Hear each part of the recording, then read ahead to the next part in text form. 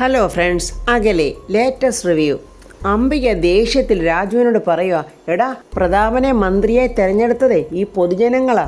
രാജു ആകെ അമ്പരന്ന് നിൽക്കുക. അംബിക എന്തോന്നായി പറയുന്നത് രാജുവിനൊന്നും മനസ്സിലാകുന്നില്ല. അവിടെ നമ്മുടെ ശേഖരനും യാമിനിയും നിൽക്കുന്നുണ്ട്. അവർക്കും കാര്യമൊന്നും പിടികിട്ടുന്നില്ല. നിനക്ക് മന്ത്രിയോടുള്ള സ്വാധീനം ഉപയോഗിച്ച് നീ പോലീസ് കമ്മീഷണറെ സ്വാധീനിക്കും അല്ലേടാ? മേഡം എന്തുവാ പറയുന്നത്? മേഡം എന്തിൻ്റെ കാര്യമാണ് പറയുന്നത്? എനിക്കൊന്നും മനസ്സിലാകുന്നില്ല. മേഡം എന്താണെന്ന് വെച്ചാൽ തെളിച്ചു പറ. രുക്മിണി നിങ്ങൾക്ക് വാടകയ്ക്ക് തന്ന വീടേ നീ നിൻ്റെ കുടുംബത്തിന് ഒഴിഞ്ഞു കൊടുക്കാൻ എന്താ തയ്യാറല്ലേ? രുക്മിണി വന്ന വാടക വീട് ഒഴിപ്പിക്കാൻ നോക്കിയപ്പോൾ നീ പോലീസിനെ വിളിച്ചു വരുത്തി അവരെ ഭീഷണിപ്പെടുത്തിയോ? അംബിയെ ഇങ്ങനെ രാജുവിനെ ചോദ്യം ചെയ്യുന്നത് നമ്മുടെ സരസ്വതി അമ്മ ജനലിനപ്പുറത്തു നിന്ന് കേൾക്കുന്നുണ്ട്. നീ എന്താടാ കാണിച്ചത്? വീട്ടുടമസ്ഥനെ നീ വിരട്ടുന്നോടാ? മന്ത്രിയുടെ പി എ ആണെന്ന് കരുതി ആ ബന്ധം വെച്ച് എന്ത് മര്യാദകേട് കാണിക്കാമെന്ന് നീ കരുതണ്ട. അതെൻ്റെ പ്രതാപൻ്റെ പ്രതിച്ഛായയ്ക്ക് കളങ്കവാ. അംബികയുടെ ഈ സംസാരം കേട്ട് രാജു ആകെ ഇങ്ങനെ വിഷമിച്ച് നിൽക്കുക. അത് കണ്ടുകൊണ്ട് ശേഖരൻ പറയുന്നു, ചേച്ചി, രാജുവേ ചേട്ടൻ്റെ പി എം മാത്രമല്ല, അതിനുപരി അദ്ദേഹത്തിൻ്റെ മരുമകനും കൂടെ. ചേച്ചിക്കിനി അത് മനസ്സിലായില്ലെങ്കിൽ ചേച്ചിയുടെ സ്റ്റൈലിൽ തന്നെ പറയാം, സണ്ണില്ലോ എന്ന് പറയും. ഇവൻ ചേട്ടൻ്റെ മാത്രം മരുമകനല്ല, നമ്മുടെയും മരുമകന്. അംബിക പറയുക, അതേ മരുമകനാന്ന് പറയുന്നതൊക്കെ അവിടെ കിടക്കട്ടെ. അത് കേട്ടിട്ട് ശേഖരൻ വിടുവോ? അതങ്ങനെ കിടക്കണ്ട. അംബിക ഒന്ന് ഞെട്ടി. ശേഖരൻ്റെ ദേഷ്യം കണ്ടിട്ട്, ശേഖര നീ ഇതിൽ ഇടപെടണ്ട, ഞാൻ ഇടപെടും ചേച്ചി. അംബിക ഇങ്ങനെ അന്തം വിട്ട് നോക്കുക. എന്താടാ ഞാനൂലും തലപൊക്കിയോ? ശേഖരൻ പറയുക, ചേച്ചിയുടെ ഏകാധിപത്യമോ അധികാരമൊക്കെ വേണമെങ്കിൽ എന്നോട് കാണിച്ചോ. ഞാൻ ചേച്ചിയുടെ ആങ്ങളയായതുകൊണ്ട് ഇളയതായതുകൊണ്ട് ഞാൻ നിന്നു തരാം. പക്ഷേ രാജു എൻ്റെ കൂടി മരുമകനായതുകൊണ്ട് ചേച്ചിയുടെ അഭ്യാസമൊന്നും അവൻ്റെ അടുത്ത് വേണ്ട. കൊമ്പും കുലുക്കിയ അധികാരത്തിൽ നിന്ന് അംബിക ഒരു പൊടിക്കൊന്ന് ഒതുങ്ങി. ശേഖരൻ എതിർത്ത് സംസാരിക്കുന്നു. എന്നാൽ അതിൻ്റെ കടി യാമിനിയോടെ തീർക്കാമെന്ന് വിചാരിച്ചിട്ട് പെട്ടെന്ന് യാമിനിയുടെ നേരെ തിരിഞ്ഞിട്ട്, ഇവൻ പറയുന്ന മര്യാദകളൊക്കെ നീ കേട്ടോണ്ട് നിൽക്കുവാന്നോടി? അതിന് ചേട്ടൻ മര്യാദകേടായിട്ട് ഒന്നും പറഞ്ഞില്ലല്ലോ ചേച്ചി. രാജുവേ ഋതുമോളുടെ ഭർത്താവാണ് ചേച്ചി. ചേച്ചിയുടെ ഒരുപാട് ഹരാസ്മെൻ്റൊക്കെ ഇവൻ സഹിച്ചിട്ടുണ്ട്. എന്നാലേ ഇനി അത് വേണ്ട ചേച്ചി. അംബിക യാമിനി ഒന്ന് സൂക്ഷിച്ച് നോക്കുവാണ്. ആഹാ, ഇത്രയും നാൾ മിണ്ടാപ്പൂച്ചയെ പോലെ ഞാൻ പറയുന്നതൊക്കെ അനുസരിച്ച് നിന്നവിടെ വാ കണ്ടില്ലേ? അംബികയ്ക്ക് അതൊട്ടും സഹിച്ചില്ല. അംബിക പറയുക, ഓഹോ, അപ്പം സംഘം ചേർന്നാണ് എന്നെ അറ്റാക്ക് ചെയ്യുന്നത് അല്ലേ? ഇനിയും പഞ്ചപുച്ഛം അടക്കി ഈ അംബികയുടെ മുന്നിൽ നിൽക്കാൻ തയ്യാറല്ലെന്ന് മനസ്സിലാക്കി കൊടുക്കാൻ തന്നെ നമ്മുടെ യാമിനി പറയുക, ചേച്ചി പല വീടുകളിലും കേൾക്കുന്ന ഒരു വൃത്തികെട്ട വാക്കുണ്ട്, ഈ നാത്തൂൻ പോര്. എൻ്റെ സംസ്കാരത്തിന് അതൊട്ടും ചേരാത്തത് കൊണ്ടാണ് ചേച്ചി കാണിക്കുന്ന പല പ്രവൃത്തികൾക്കും ഞാൻ ഒന്നും മിണ്ടാതെ ഇങ്ങനെ നിന്നു തരുന്നത്. ഞാൻ ചേച്ചിയോട് റിയാക്ട് ചെയ്താലേ അത് പിന്നെ എൻ്റെ ഹസ്ബൻഡിന് വിഷമമാകും. അതുകൊണ്ട് ഇനി വേണ്ട ചേച്ചി. ഇതൊക്കെ കേട്ടോണ്ട് നിന്ന രാജു പറയുക, മേഡം എൻ്റെ പേരും പറഞ്ഞ് നിങ്ങൾ തമ്മിലൊരു വഴക്ക് വേണ്ട. അഗ്രിമെൻറ്റിൻ്റെ ഒരു കാലാവധിയുണ്ട്, അത് ഇതുവരെയും തീർന്നിട്ടില്ല. അതുകൊണ്ടാണ് ഞങ്ങൾ അവിടുന്ന് മാറാത്തത്. അംബിക വിട്ടുകൊടുക്കത്തില്ല. അതൊന്നും അല്ല, നിങ്ങളെ ആ എസ് പിയെ സ്വാധീനിച്ചുകൊണ്ടാണ് അങ്ങനൊക്കെ ആയത്. നീയേ മന്ത്രിയുടെ പി എ ആയതുകൊണ്ടാണ് എസ് പി ഇതൊക്കെ നിനക്ക് ചെയ്തു തരുന്നത്. ശേഖരൻ പറയും, അത് ചേച്ചി ഏതൊരു വാടക വീട്ടിനും വാടക ചീട്ടുണ്ട്. അത് കാലാവധി തീരാതെ ആരും മാറിക്കൊടുക്കത്തില്ല. ഇതൊന്നുമല്ല, സ്വാധീനവും കൈക്കൂലിയുവാ. നീ എത്ര രൂപ എസ് പിക്ക് കൈക്കൂലി കൊടുത്തടാ എന്ന് അംബിക ദേഷ്യത്തിൽ ചോദിക്കുവാണ് രാജുവിനോട്. രാജുവിന് ദേഷ്യവും സങ്കടം വരുന്നു. മേഡം എന്തൊക്കെയാണ് പറയുന്നത്? അത് കേട്ടുകൊണ്ട് നമ്മുടെ പ്രതാപൻ മുകളിൽ നിന്ന് ഇറങ്ങി വരുന്നുണ്ട്. എന്താ ഇവിടെ പ്രശ്നം എന്ന് ചോദിച്ചുകൊണ്ടാണ് വരുന്നത്. എന്താ ഞാൻ ചോദിച്ചിട്ട് ആരും ഒന്നും പറയാത്തത്? എന്താ ചേച്ചി? പ്രതാപ, ഞാൻ പറയാം. നിന്നെപ്പോലെ തന്നെ പ്രതാപ ഞാനും. അഴിമതിയും സ്വജനപക്ഷപാതവും ഒന്നും എനിക്കുമില്ല. എൻ്റെ അനിയൻ എത്ര ആദർശധീരനാണോ അതിൻ്റെ ഇരട്ടി ആദർശധീരിയാണ് ഞാൻ. അംബികയുടെ കാടുകയറ്റം കണ്ടിട്ട് പ്രതാപം പറയുക, ചേച്ചി കാര്യം ഇപ്പോഴും പറഞ്ഞില്ല. ആ രുക്മിണിയുടെ വാടക വീട്ടിലാണ് രാജുവും കുടുംബവും ഇപ്പോഴും താമസിക്കുന്നത്. രുക്മിണി ഇവരോട് മാറിക്കൊടുക്കാൻ പറഞ്ഞിട്ടേ ഇവർ മാറുന്നില്ല. ഇവനെ ഈ രാജു നിന്നോടുള്ള ബന്ധം ഉപയോഗിച്ച് പോലീസിനെ സ്വാധീനിച്ചിട്ട് ആ രുക്മിണിയെ വിഷമിപ്പിക്കുക. ഇതൊക്കെ ഒരു മിനിസ്റ്റർ എന്ന നിലയിൽ നിന്റെ പ്രതിച്ഛായ ബാധിക്കില്ലേ മോനെ? അംബിക നടത്തുന്ന ഈ നാടകമൊക്കെ നമ്മുടെ സരസ്വതി അമ്മ ജനലിൻ്റെ അടുത്ത് നിന്ന് കാണുകയും കേൾക്കുകയൊക്കെ ചെയ്തുകൊണ്ടിരിക്കുവാണ്. ശേഖരനും യാമിനിയും രാജു ഇങ്ങനെ പ്രതാപനെ തന്നെ നോക്കുവാണ്. ശേഖരനും യാമിനിക്ക് നല്ല വിഷമമുണ്ട്. കാരണം ചേച്ചി പറയുന്നതിനെ ഒന്നിനും ചേട്ടൻ എതിർക്കാറില്ല.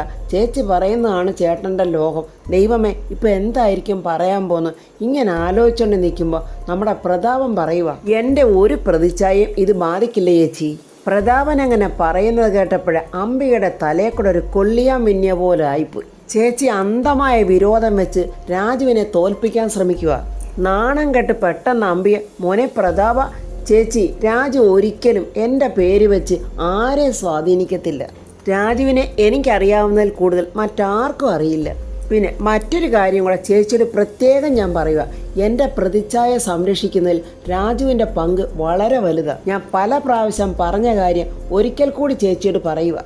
ഞാനും ശേഖരനും ചേച്ചിയെ ഞങ്ങളുടെ അമ്മയുടെ സ്ഥാനത്താണ് കാണുന്നത്. ആ ചേച്ചി പിന്നെ എന്തിനാ രാജുവിനോട് ഇങ്ങനെ ശത്രുത വെച്ച് പുലർത്തുന്നത്? രാജു എൻ്റെ മകളുടെ ഭർത്താവാണെന്ന കാര്യം ചേച്ചി മാത്രം എന്തായി മറക്കുന്നത്? ശേഖരനും ഈ ആമിനിയും രാജുവെല്ലാം വളരെ സന്തോഷത്തിൽ നിൽക്കുക. അംബികയാണെങ്കിൽ വിളറി വെളുത്ത് നാണം കെട്ടങ്ങനെ നിൽക്കുക.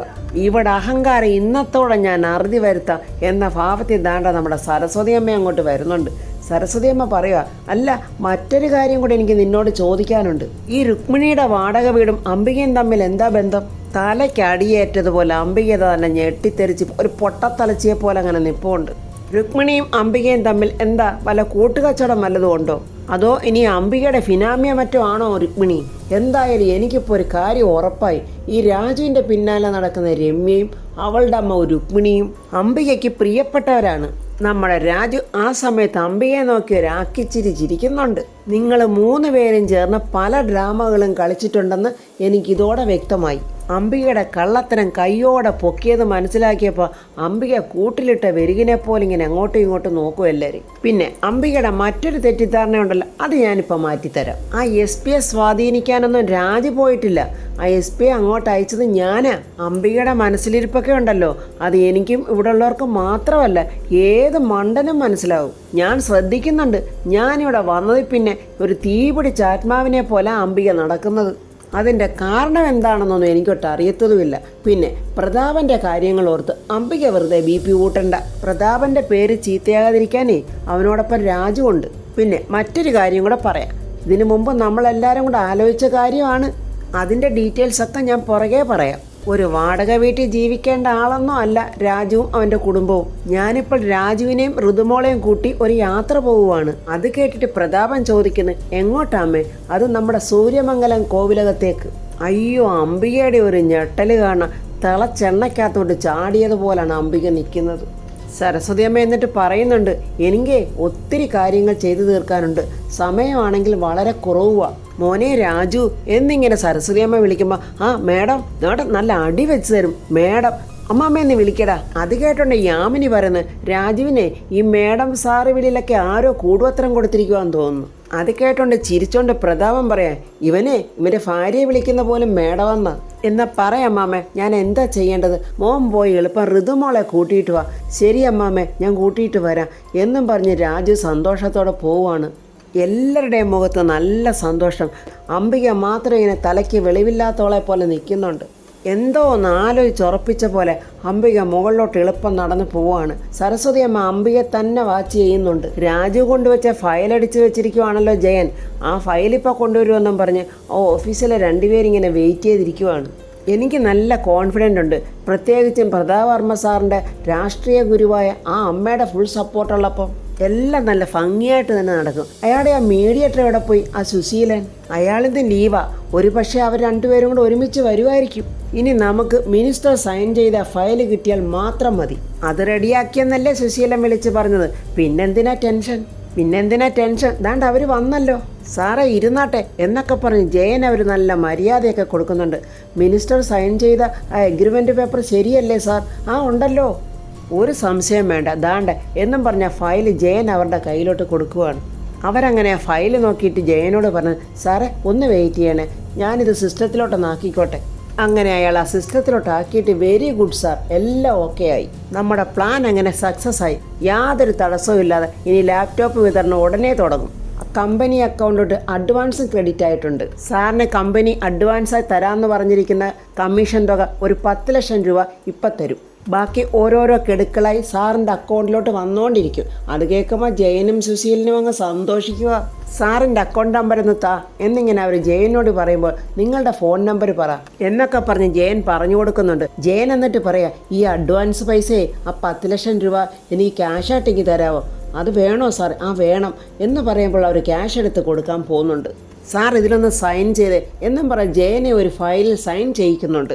എന്താ ഏതാ എന്തുവാ എഴുതിയിരിക്കുന്നത് ഒന്നും നോക്കാതെ ജയൻ നല്ല സന്തോഷത്തോടെ അവർ കാണിച്ച എല്ലാ പേപ്പറിലും അങ്ങ് തകർത്ത് പിടിച്ചങ്ങ് സൈൻ ചെയ്യുവാണ്. അങ്ങനെ അവർ പറഞ്ഞ 10 ലക്ഷം രൂപയാണെന്ന് തോന്നുന്നു ഒരു കവർ കൊണ്ടുവന്ന് ജയൻ്റെ കൈ കൊടുക്കുന്നുണ്ട്. സന്തോഷിച്ച് മതിമറന്ന് നിൽക്കുന്ന ജയനോട് അവർ പറയുന്നു, ഇനിയുള്ളതെല്ലാം അക്കൗണ്ടിൽ വരും. അംബികയോട് ദീപക് ചോദിക്കും, എന്താമ്മേ പ്രശ്നം? എന്തു പറയാനാടാ? ആ തള്ളയുടെ കയ്യിൽ നിന്ന് ഇപ്പോഴും ഞാൻ ചീത്ത കേട്ടു. അവരെൻ്റെ അമ്മയെ ചീത്ത വിളിച്ചോ? എന്ന് വെച്ചാൽ ഒരുമാതിരി കളിയാക്കലും ശകാരവും. എന്താ അമ്മയുടെ നാക്കിനെന്താ റെസ്റ്റ് കൊടുത്തിരിക്കുമെന്ന് അവരോരോന്ന് പറയുമ്പോഴേ അമ്മ 4 എണ്ണം വീതം കൊണ്ട് തിരിച്ചു കൊടുക്കണമായിരുന്നു. അങ്ങനെയൊന്നും പറയാൻ പറ്റത്തില്ലടാ. ആ സ്ത്രീ ഇവിടെ വന്നതോടെ പല അർത്ഥത്തിലും നമ്മളിവിടെ ഒറ്റപ്പെട്ടിരിക്കുക. അവരിപ്പോൾ എന്ത് പറഞ്ഞാലും പ്രതാപൻ ഒന്നും മിണ്ടത്തില്ല. അവനാകെ മാറിയെന്നാ തോന്നുന്നു. ആ ശേഖരനാങ്ങളെയും ഭാര്യയും അമ്മയ്ക്ക് പണ്ടേ എതിരാണല്ലോ അവർ. അവൻ്റെ ദേഷ്യം എനിക്കറിയാം. ഇവിടുത്തെ ചില എസ്റ്റേറ്റുകളിലൊക്കെ അവൻ കയറി ആൾ കളിക്കുന്നതിന് ഞാൻ എതിരാണല്ലോ.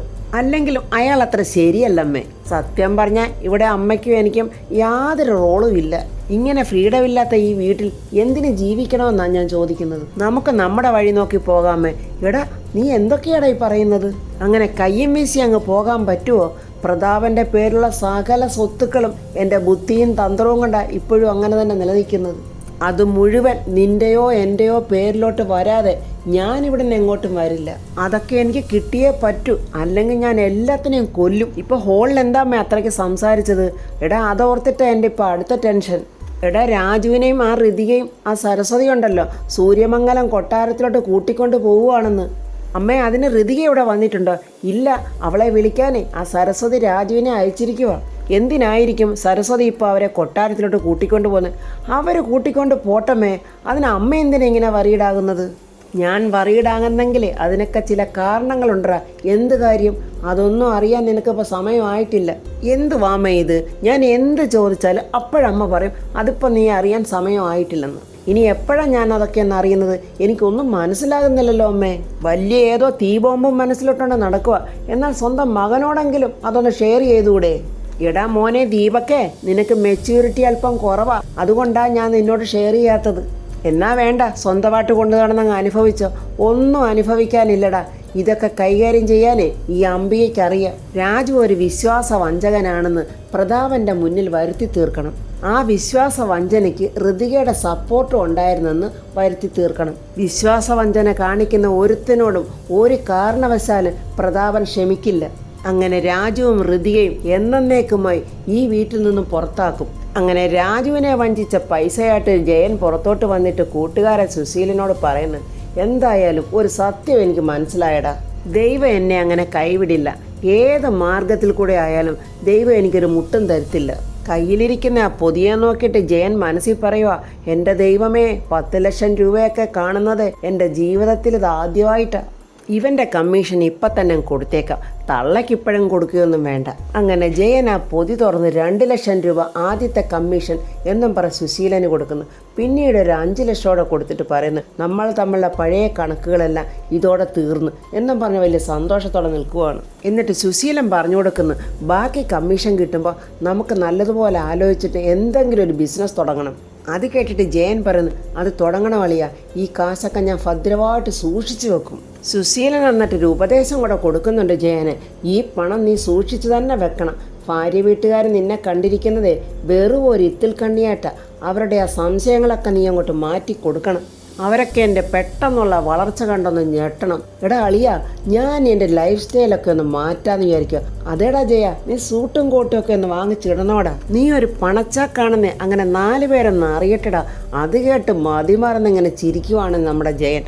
അപ്പോൾ ഫ്രണ്ട്സ്, ജയൻ്റെ ഈ ചിരി എത്ര നേരത്തേക്ക് എത്ര നാളത്തേക്ക് എന്നൊന്നും അറിയില്ല. പാവം നമ്മുടെ രാജുവാണ് ഇവൻ്റെ ചതിയിൽ വീഴാൻ പോകുന്നത്.